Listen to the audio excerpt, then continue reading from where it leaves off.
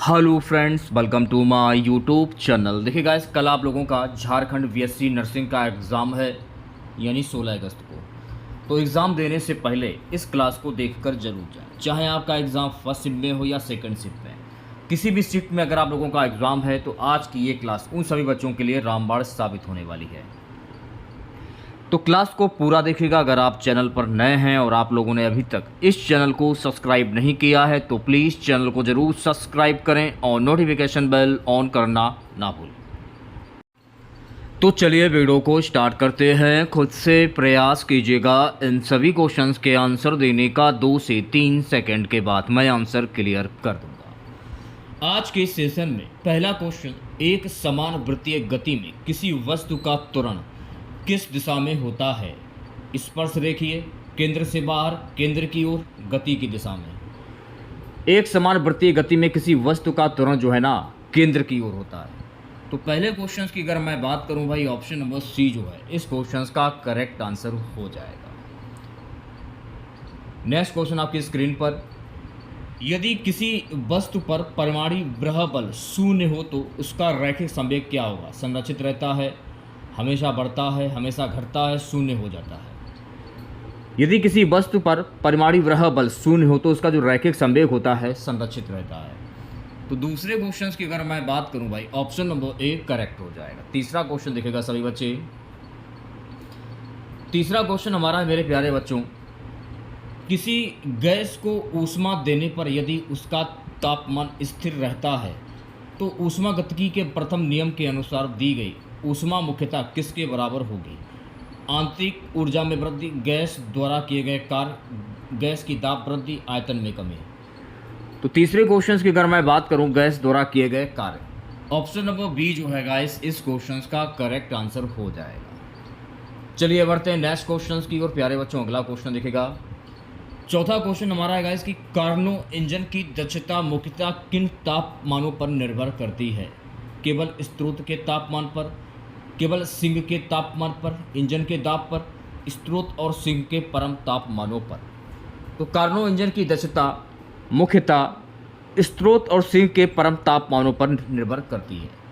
तो चौथे क्वेश्चन की अगर मैं बात करूं भाई, ऑप्शन नंबर डी जो है इस क्वेश्चन का करेक्ट आंसर हो जाएगा। जिन बच्चों ने क्लास को अगर लाइक नहीं किया है, मैं सभी बच्चों से गुजारिश करना चाहूँगा, प्लीज़ क्लास को लाइक और शेयर ज़रूर करें। पांचवा क्वेश्चन देखिएगा सभी बच्चे, किसी तार की लंबाई दोगुनी और अनुप्रस्थ क्षेत्रफल आधा कर दिया जाए तो उसका प्रतिरोध कितना हो जाएगा? 4 गुना, आधा, 2 गुना या 1/4? किसी तार की लंबाई दोगुनी और अनुप्रस्थ क्षेत्रफल आधा कर दिया जाए तो उसका जो प्रतिरोध होगा 4 गुना हो जाएगा। तो भाई पांचवें क्वेश्चन की अगर मैं बात करूं, ऑप्शन नंबर ए करेक्ट हो जाएगा। छठा क्वेश्चन दिखेगा।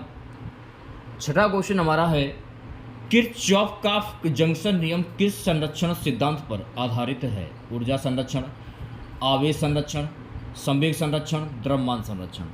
तो किरचॉफ का जंक्शन नियम जो है ना, ये आवेग संरक्षण के सिद्धांत पर आधारित है। तो छठे क्वेश्चन की अगर मैं बात करूं भाई, ऑप्शन नंबर बी जो है इस क्वेश्चन का करेक्ट आंसर हो जाएगा। सातवां क्वेश्चन देखिएगा। सातवां क्वेश्चन है गाइस कि एक संधारित्र को बैटरी से जोड़कर आवेशित किया गया है। बैटरी हटाने के बाद प्लेटों के बीच की दूरी बढ़ाई जाए तो संधारित्र का विभव क्या होगा? घटेगा, अपरिवर्तित रहेगा, बढ़ेगा या शून्य हो जाएगा? बढ़ेगा। राइट आंसर की अगर मैं बात करूं भी, ऑप्शन नंबर सी करेक्ट हो जाएगा। आठवां क्वेश्चन देखेगा सभी बच्चे।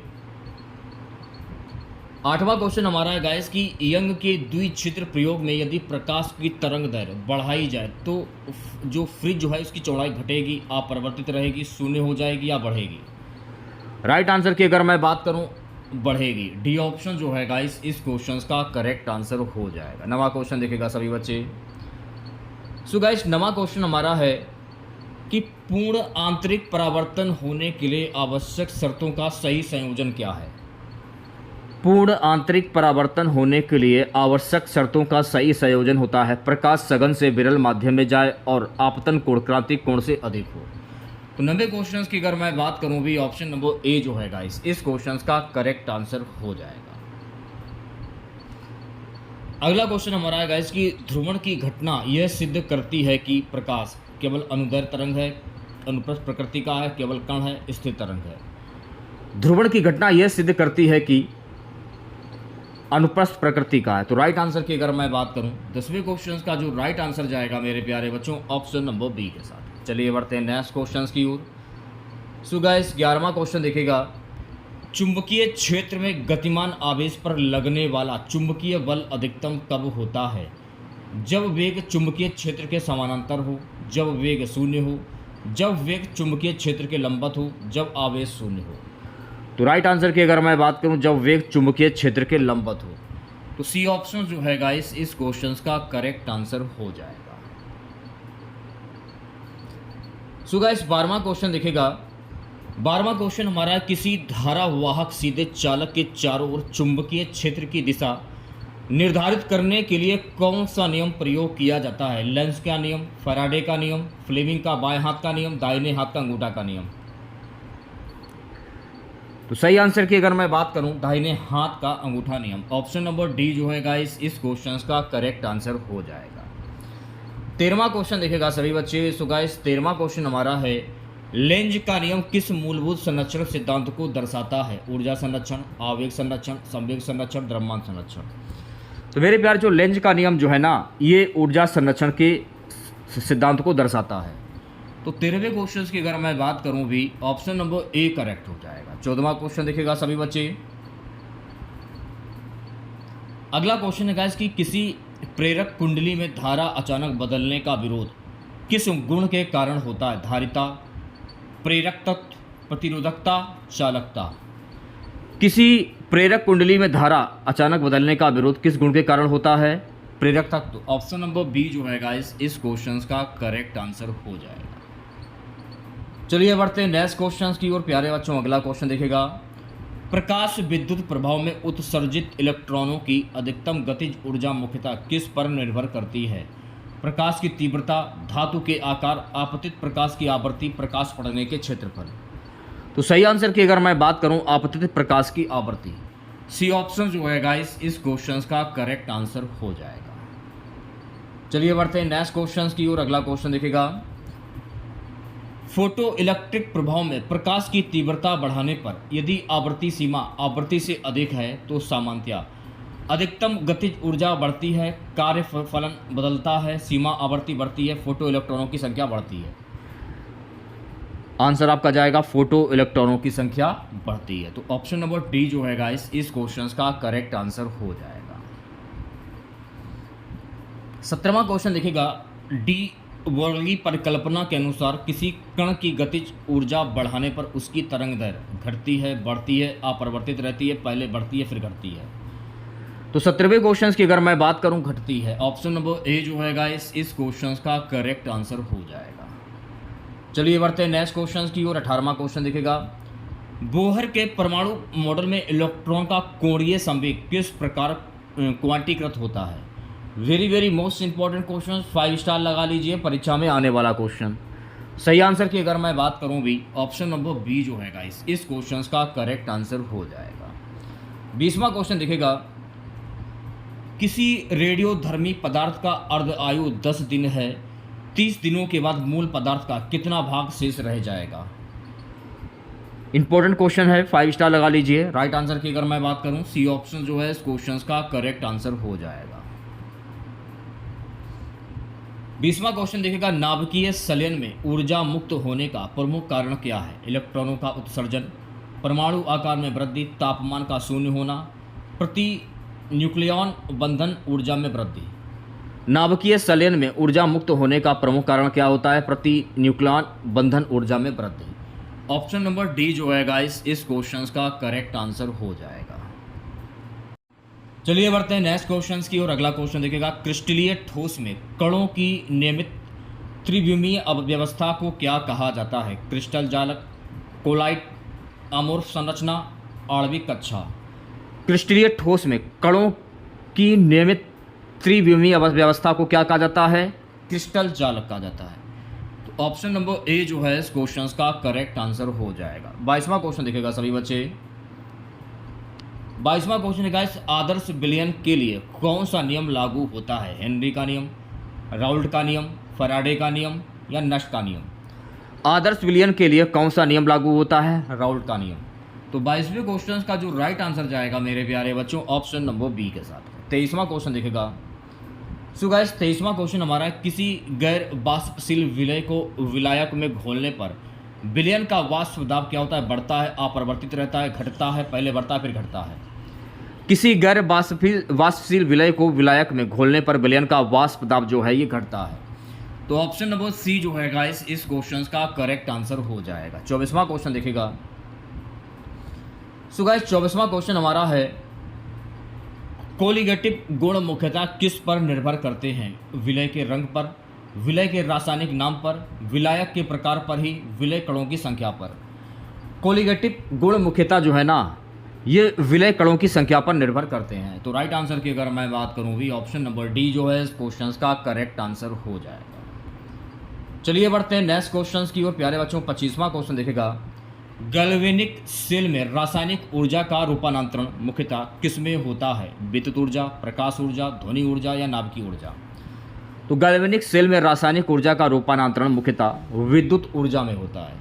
तो 25वें क्वेश्चन की अगर मैं बात करूं भी ऑप्शन नंबर ए करेक्ट हो जाएगा। 26वां क्वेश्चन देखेगा सभी बच्चे। सो गाइस 26वां क्वेश्चन हमारा विद्युत अपघटन के दौरान कैथोड पर सामान्यतया कौन सी प्रक्रिया होती है? ऑक्सीकरण, अपचयन, उदासीनीकरण या जलयोजन? तो विद्युत अपघटन के दौरान कैथोड पर सामान्यतया कौन सी प्रक्रिया होती है? अपचयन। तो 26वें क्वेश्चन की अगर मैं बात करूं भाई ऑप्शन नंबर बी करेक्ट हो जाएगा। 27वां क्वेश्चन देखेगा। 27वां क्वेश्चन है गाइस कि नष्ट समीकरण का उपयोग मुख्यतः किसके निर्धारण में किया जाता है? परमाणु द्रव्यमान, क्वथनांक, गैर मानक परिस्थितियों में इलेक्ट्रोड विभव या गलनांक? तो 27वें क्वेश्चन की अगर मैं बात करूं गैर मानक परिस्थितियों में इलेक्ट्रोड विभव, ऑप्शन नंबर सी जो है गाइस इस क्वेश्चन का करेक्ट आंसर हो जाएगा। 28वां क्वेश्चन देखेगा सभी बच्चे।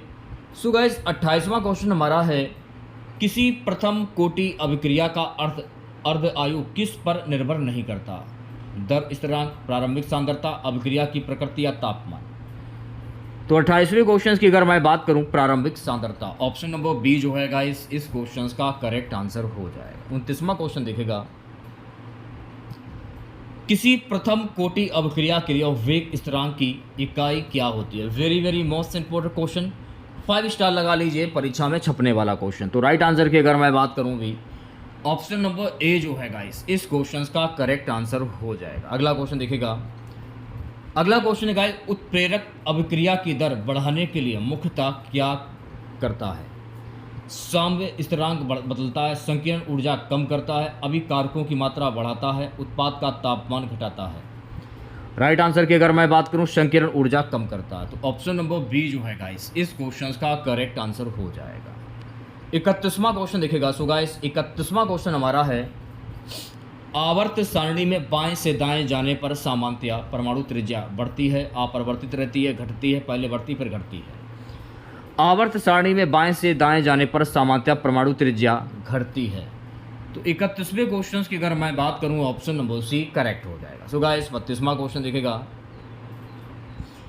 निम्न में से किस तत्व की विद्युत ऋणात्मकता सामान्यतया सर्वाधिक होती है? ऑक्सीजन, क्लोरीन, नाइट्रोजन या फ्लोरीन? किस तत्व की विद्युत ऋणात्मकता सामान्य सर्वाधिक होती है? फ्लोरीन। तो 32वें क्वेश्चन की अगर मैं बात करूं भाई ऑप्शन नंबर डी करेक्ट हो जाएगा। 33वां क्वेश्चन देखिएगा। 33वां क्वेश्चन हमारा है कि एक ही समूह के तत्वों में समान रासायनिक गुणों का प्रमुख कारण क्या है? संयोजक इलेक्ट्रॉनों की समान संख्या, समान परमाणु द्रव्यमान, समान न्यूट्रॉन संख्या, समान परमाणु आकार? एक ही समूह के तत्वों में समान रासायनिक गुणों का प्रमुख कारण होता है संयोजक इलेक्ट्रॉनों की समान संख्या। तो राइट आंसर की अगर मैं बात करूं भाई ऑप्शन नंबर ए करेक्ट हो जाएगा। अगला क्वेश्चन देखेगा सभी बच्चे। अगला क्वेश्चन हमारा है, कार्बनिक यौगिकों में समयावस्था का अर्थ क्या है? समान सूत्र और समान संरचना, बी है समान आणविक सूत्र लेकिन भिन्न संरचना, सी है भिन्न सूत्र और समान गुण, डी है केवल समान रंग? राइट आंसर की अगर मैं बात करूं समान आणविक सूत्र लेकिन भिन्न संरचना। सही आंसर आपका जाएगा मेरे प्यारे बच्चों ऑप्शन नंबर बी के साथ। अगला क्वेश्चन देखिएगा। सो गाइस 35वां क्वेश्चन हमारा है, SN1 अभिक्रिया में अभिक्रिया की दर मुख्यतः किस पर निर्भर करती है? केवल न्यूक्लियोटाइड की सांद्रता, केवल विलायक की मात्रा, सबस्ट्रेट की सांद्रता, केवल तापमान? SN1 अवक्रिया में अवक्रिया की दर मुख्यतः किस पर निर्भर करती है? सबस्ट्रेट की सांद्रता। तो राइट आंसर की अगर मैं बात करूं भाई, ऑप्शन नंबर सी करेक्ट हो जाएगा। जिन बच्चों ने क्लास को अगर लाइक नहीं किया है या फिर आप लाइक करना भूल गए हो, तो मैं सभी बच्चों से गुजारिश करना चाहूँगा, प्लीज़ क्लास को लाइक और शेयर ज़रूर करें और चैनल को भी सब्सक्राइब करें आप लोग। 36वां क्वेश्चन देखिएगा। 36वां क्वेश्चन हमारा है गाइस कि कार्बोक्सिलिक अम्लों की अम्लीय प्रकृति का प्रमुख कारण क्या है? केवल कार्बन की उपस्थिति, हाइड्रोजन बंध का अभाव, एल्किलिक समूह या कार्बोक्सिलिक आयन का अनुनाद स्थिरीकरण। तो सही आंसर की अगर मैं बात करूं, कार्बोक्सिलिक आयन का अनुनाद स्थिरीकरण। तो ऑप्शन नंबर डी जो है गाइस इस क्वेश्चन का करेक्ट आंसर हो जाएगा। प्यारे बच्चों, नेक्स्ट क्वेश्चन देखिएगा। गाइस अगला क्वेश्चन हमारा है कि ग्लूकोज किस प्रकार का कार्बोहाइड्रेट है? ये आपको बताना है कि ग्लूकोज जो है ये किस प्रकार का कार्बोहाइड्रेट। तो ग्लूकोज जो है ना ये मोनोसैकेराइड कार्बोहाइड्रेट है। ऑप्शन नंबर ए जो है इस क्वेश्चन का करेक्ट आंसर हो जाएगा। 38वां क्वेश्चन देखिएगा सभी बच्चे। सो गाइस 38वां क्वेश्चन हमारा है कि प्रोटीन की प्राथमिक संरचना मुख्यतः किससे निर्धारित होती है? हाइड्रोजन बंध, अमीनो अम्लों का क्रम, केवल आयनिक बंध, केवल वैन डर वाल्स बल। तो प्रोटीन की प्राथमिक संरचना मुख्यतः किससे निर्धारित होती है? अमीनो अम्लों का क्रम। ऑप्शन नंबर बी जो है गाइस इस क्वेश्चन का करेक्ट आंसर हो जाएगा। 39वां क्वेश्चन देखिएगा सभी बच्चे। डीएनए में एडेनिन किस नाइट्रोजन क्षारक के साथ युग्म बनाता है? ग्वानिन, साइटोसिन, थाइमिन या यूरेसिल। तो डीएनए में एडेनिन किस नाइट्रोजन क्षारक के साथ युग्म बनाता है? थाइमिन। तो 39 क्वेश्चंस की अगर मैं बात करूं भी ऑप्शन नंबर सी करेक्ट हो जाएगा। सो गाइस 40वां क्वेश्चन देखिएगा। 40वां क्वेश्चन हमारा एंजाइमों की जैव उत्प्रेरक क्रिया की सबसे महत्वपूर्ण विशेषता क्या है? वे साम स्थिरांक बदलते हैं, बी है वे अवक्रिया को असंभव बनाते हैं, सी है वे उत्पाद की मात्रा निर्धारित करते हैं, डी है वे संक्रियण ऊर्जा कम करके अवक्रिया की दर बढ़ाते हैं। राइट आंसर की अगर मैं बात करूं वे संक्रियण ऊर्जा कम करके अवक्रिया की दर को बढ़ाते हैं। ऑप्शन नंबर डी जो है गाइस इस क्वेश्चन का करेक्ट आंसर हो जाएगा। 41वां क्वेश्चन देखिएगा। हृदय के किस भाग से विद्युत आवेग सामान्यतया उत्पन्न होकर हृदय की धड़कन शुरू करता है? एवी नोड, पुर्किंजे तंतु, साइनो एट्रियल नोड या एवी बंडल। राइट आंसर की अगर मैं बात करूं sino atrial node. Option number C जो है इस क्वेश्चन का करेक्ट आंसर हो जाएगा। 42वां क्वेश्चन देखिएगा। सो गाइस 42वां क्वेश्चन हमारा नेफ्रॉन में ग्लोमेरुलर निषेधन मुख्यतः किस प्रक्रिया से होता है? सक्रिय परिवहन, उच्च रक्तचाप द्वारा अल्फा फिल्ट्रेशन, परासरण या विसरण। राइट आंसर की अगर मैं बात करूं उच्च रक्तचाप द्वारा ultra filtration. Option number B जो है गाइस इस क्वेश्चन का करेक्ट आंसर हो जाएगा। 43वां क्वेश्चन देखिएगा सभी बच्चे। प्यारे बच्चों 43वां क्वेश्चन हमारा है रक्त में कार्बन डाइऑक्साइड का सबसे बड़ा भाग किस रूप में परिवर्तित होता है? बाइकार्बोनेट आयन, कार्बोमिनी हीमोग्लोबिन, खुली हुई गैस, कार्बोनिक अम्ल। रक्त में कार्बन डाइऑक्साइड का सबसे बड़ा भाग जो है ना बाइकार्बोनेट आयन में परिवर्तित होता है। ऑप्शन नंबर ए जो है गाइस इस क्वेश्चन का करेक्ट आंसर हो जाएगा। 44वां क्वेश्चन देखिएगा। 44वां क्वेश्चन हमारा है गाइस कि इंसुलिन का प्रमुख लक्ष्य प्रभाव क्या है? रक्त ग्लूकोज बढ़ाना, ग्लाइकोजन को तोड़ना, रक्त ग्लूकोज कम करना, ग्लूकागन स्राव बढ़ाना। इंसुलिन का प्रमुख लक्ष्य प्रभाव क्या होता है? रक्त ग्लूकोज कम करना। तो ऑप्शन नंबर सी जो है गाइस इस क्वेश्चन का करेक्ट आंसर हो जाएगा। 45वां क्वेश्चन देखिएगा।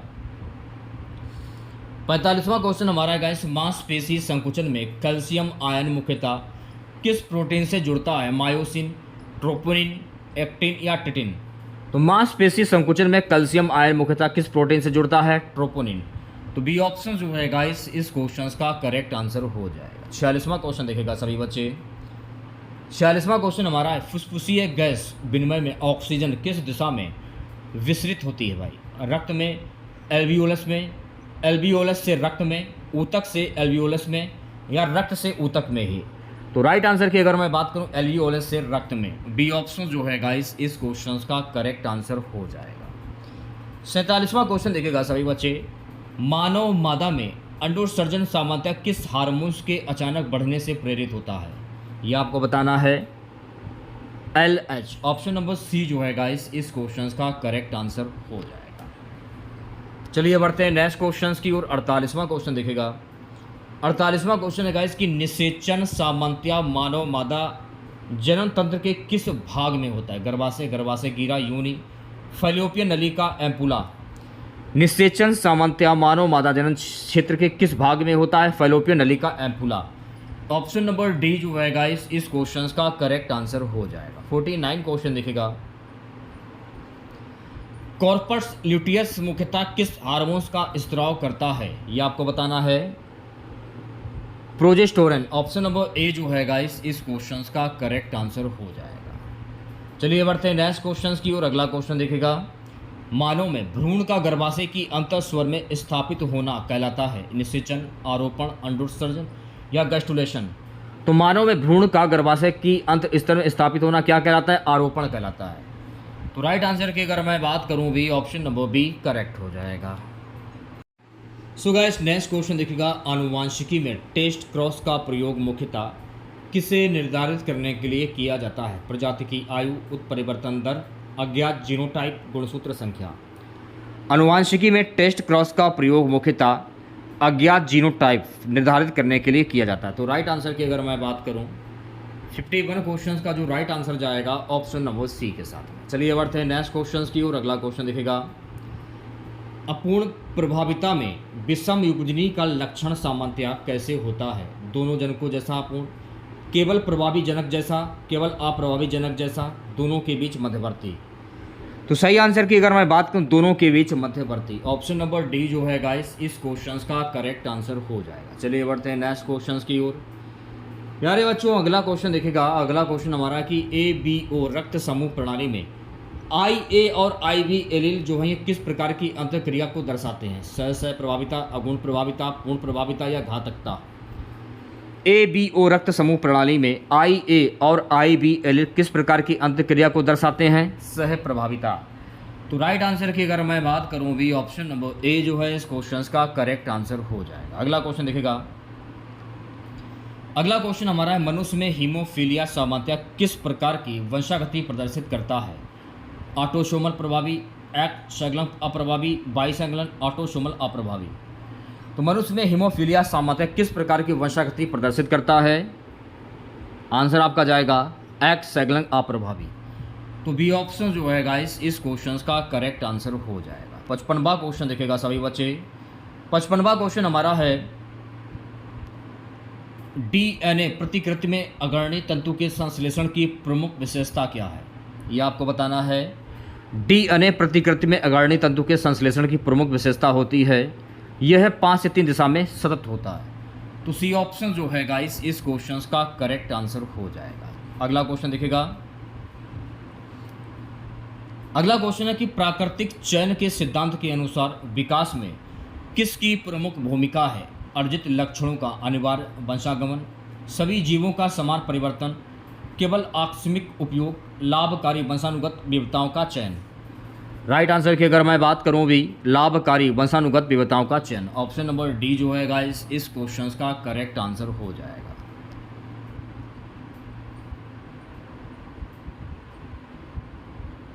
अगला क्वेश्चन देखिएगा, हार्डी वाइन वर्ग सिद्धांत के अनुसार आदर्श जनसंख्या में एलील आवृत्ति स्थिर रखने के लिए कौन सी स्थिति आवश्यक है? यादृच्छिक संकरण, प्राकृतिक चयन, उत्परिवर्तन या प्रवास। राइट आंसर की अगर मैं बात करूं यादृच्छिक संकरण। ऑप्शन नंबर ए जो है इस क्वेश्चन का करेक्ट आंसर हो जाएगा। चलिए बढ़ते हैं नेक्स्ट क्वेश्चन की ओर। समजात अंग किसका प्रमाण माने जाते हैं? अभिसारी विकास, अपसारी विकास, कृत्रिम चयन, सह विकास।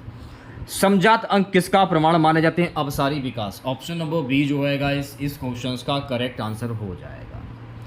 59 क्वेश्चन देखेगा सभी बच्चे। 59 क्वेश्चन हमारा गाइस की पारिस्थितिकी तंत्र में ऊर्जा का प्रवाह सामान्यतया कैसा होता है? चक्रीय, द्विदिश, एक दिश, पूर्णतः स्थिर। राइट आंसर की अगर मैं बात करूं एक दिश। ऑप्शन नंबर सी जो है गाइस इस क्वेश्चन का करेक्ट आंसर हो जाएगा। चलिए बढ़ते हैं नेक्स्ट क्वेश्चन की ओर। खाद्य श्रृंखला के उच्च पोषण स्तर पर सामान्यतया उपलब्ध ऊर्जा बढ़ती है, समान रहती है, पूरी तरह समाप्त हो जाती है या घटती है? खाद्य श्रृंखला के उच्च पोषण स्तर पर सामान्यतया उपलब्ध ऊर्जा घटती है। तो राइट आंसर की अगर मैं बात करूं भाई ऑप्शन नंबर डी करेक्ट हो जाएगा। नेक्स्ट क्वेश्चन हमारा है गाइस, कि जैव आवर्धन का प्रभाव किस पदार्थ में विशेष रूप से देखा जा सकता है? DDT, glucose, oxygen, starch. तो जैव आवर्धन का प्रभाव किस पदार्थ में विशेष रूप से देखा जा सकता है? डीडीटी। ऑप्शन नंबर ए जो है इस क्वेश्चन का करेक्ट आंसर हो जाएगा। नेक्स्ट क्वेश्चन देखिएगा सभी बच्चे, नाइट्रोजन चक्र में नाइट्रीकरण प्रक्रिया में अमोनिया अंततः किसमें परिवर्तित होता है? नाइट्रोजन गैस, नाइट्राइट और नाइट्रेट, प्रोटीन, कार्बन डाइऑक्साइड। तो नाइट्रोजन चक्र में नाइट्रीकरण प्रक्रिया में अमोनिया अंततः नाइट्राइट और नाइट्रेट में परिवर्तित होता है। तो 62 क्वेश्चंस की अगर मैं बात करूं भाई, ऑप्शन नंबर बी करेक्ट हो जाएगा। अगला क्वेश्चन देखिएगा, अगला क्वेश्चन है गाइस कि पारिस्थितिकी तंत्र में अपघटक मुख्यतः क्या करते हैं? प्रकाश संश्लेषण, ऊर्जा उत्पन्न करना, कार्बनिक पदार्थों को सरल पदार्थों में बदलना, ऑक्सीजन का पूर्ण उपभोग। राइट आंसर की अगर मैं बात करूं, कार्बनिक पदार्थों को सरल पदार्थों में बदलना। तो सी ऑप्शन जो है गाइस इस क्वेश्चन का करेक्ट आंसर हो जाएगा। चलिए बढ़ते हैं नेक्स्ट क्वेश्चन की ओर। पौधों में जल का लंबी दूरी तक परिवहन मुख्यतः किस ऊतक के द्वारा होता है? Phloem, meristem, cortex, xylem. तो पौधों में जल का लंबी दूरी तक परिवहन मुख्यतः किस ऊतक के द्वारा होता है? जाइलम। तो डी ऑप्शन जो है गाइस इस क्वेश्चन का करेक्ट आंसर हो जाएगा। अगला क्वेश्चन देखिएगा। सो गाइस नेक्स्ट क्वेश्चन हमारा है, वाष्पोत्सर्जन खिंचाव में जल के ऊपर उठने का प्रमुख कारण क्या माना जाता है? पत्तियों से जल का वाष्पीकरण, जड़ों में प्रकाश संश्लेषण, फ्लोएम का दाब, बीज का अंकुरण। तो वाष्पोत्सर्जन खिंचाव में जल के ऊपर उठने का प्रमुख कारण माना जाता है पत्तियों से जल का वाष्पीकरण। तो ऑप्शन नंबर ए जो है गाइस इस क्वेश्चन का करेक्ट आंसर हो जाएगा। अगला क्वेश्चन देखिएगा, प्रकाश संश्लेषण की प्रकाश अभिक्रियाओं में ऑक्सीजन का वास्तविक स्रोत क्या है? कार्बन डाइऑक्साइड, जल, ग्लूकोज, क्लोरोफिल। प्रकाश संश्लेषण की प्रकाश अभिक्रियाओं में ऑक्सीजन का वास्तविक स्रोत होता है जल। तो बी ऑप्शन जो है गाइस इस क्वेश्चन का करेक्ट आंसर हो जाएगा। 67 क्वेश्चन देखिएगा, C4 पौधों में CO2 का प्रारंभिक स्थिरीकरण मुख्यतः किस यौगिक के निर्माण की ओर ले जाता है? पाइरुवेट, ग्लूकोज, ऑक्सालोएसिटेट या राइबोलोज। राइट आंसर की अगर मैं बात करूं, ऑप्शन नंबर सी जो है गाइस इस क्वेश्चन का करेक्ट आंसर हो जाएगा। 68 क्वेश्चन हमारा है। 68 क्वेश्चन हमारा क्या कह रहा है गाइस कि पौधों में ऑक्सीजन का प्रमुख प्रभाव कौन सा है? पत्तियों में क्लोरोफिल नष्ट करना, बीजों में प्रोटीन को तोड़ना, केवल फल पकाना, कोशिका दीर्घाकरण को बढ़ावा देना। पौधों में ऑक्सीजन का प्रमुख प्रभाव कौन सा है? कोशिका दीर्घीकरण को बढ़ावा देना। ऑप्शन नंबर डी जो है इस क्वेश्चन का करेक्ट आंसर हो जाएगा। अगला क्वेश्चन देखिएगा। सो गाइस नेक्स्ट क्वेश्चन हमारा है, CAM पौधों की जल संरक्षण रणनीति की प्रमुख विशेषता क्या है? रंध्र मुख्यतः रात में खुलते हैं, रंध्र केवल दोपहर में खुलते हैं, प्रकाश संश्लेषण पूरी तरह बंद रहता है, जड़ों में CO2 स्थिर होता है। CAM पौधों की जल संरक्षण रणनीति का प्रमुख विशेषता क्या है? रंध्र मुख्यतः रात में खुलते हैं। ऑप्शन नंबर ए जो है गाइस इस क्वेश्चन का करेक्ट आंसर हो जाएगा। आज की क्लास का लास्ट क्वेश्चन रहेगा कि पौधों में फ्लोएम द्वारा मुख्यतः किसका परिवहन किया जाता है? केवल जल, कार्बनिक पोषण पदार्थ, केवल खनिज लवण, केवल ऑक्सीजन। तो पौधों में फ्लोएम द्वारा मुख्यतः किसका परिवहन किया जाता है? कार्बनिक पोषण पदार्थ। तो राइट आंसर की अगर मैं बात करूं भी ऑप्शन नंबर बी जो है इस क्वेश्चन का करेक्ट आंसर हो जाएगा। तो कैसी लगी क्लास आप लोगों को कमेंट बॉक्स में ज़रूर बताइएगा। अगर आप लोगों को आज की ये क्लास अच्छी लगी हो तो भाई प्लीज़ क्लास को लाइक कीजिएगा और अपने तमाम दोस्तों में शेयर कीजिएगा। अगर आप चैनल पर नए हैं और आप लोगों ने अभी तक इस चैनल को सब्सक्राइब नहीं किया है तो प्लीज़ चैनल को ज़रूर सब्सक्राइब करें और नोटिफिकेशन बेल ऑन करना ना भूलें। मिलते हैं नेक्स्ट वीडियो के साथ। जय हिंद, जय भारत।